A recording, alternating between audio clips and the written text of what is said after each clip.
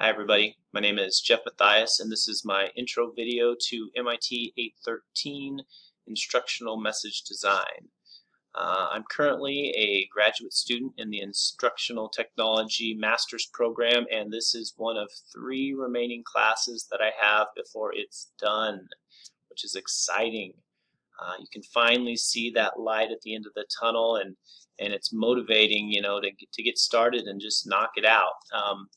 But in terms of what I do right now, I'm currently a high school history teacher in Southwest Kansas. I've been teaching at Syracuse High School now this is my 15th year, and I primarily teach U.S. history and world history, and off and on throughout those times I've taught current issues in other classes as well.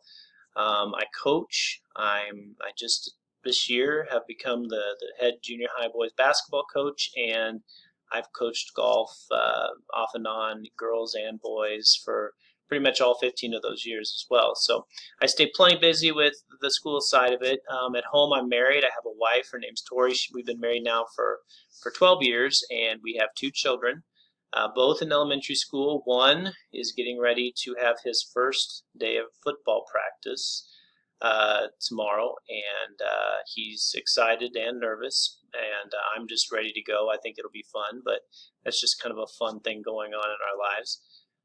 In terms of this class with instructional message design, I guess I view that as the information you're trying to portray to the students, and the way you're doing so, like the technologies that you're using, and are they appropriate? Do they match up? Do they fit with the goal that you're trying to accomplish? And I've really, over the course of the last 4 or 5 years, tried to implement new technologies to make myself more effective, and I think I'm hoping at least that this course is going to focus in on that and make me a better teacher, and I'm hoping I'm going to learn a lot in the process. So I'm excited to get started. I'm excited to meet and collaborate with you throughout the course of the semester, and I'm hoping that we all have a great class.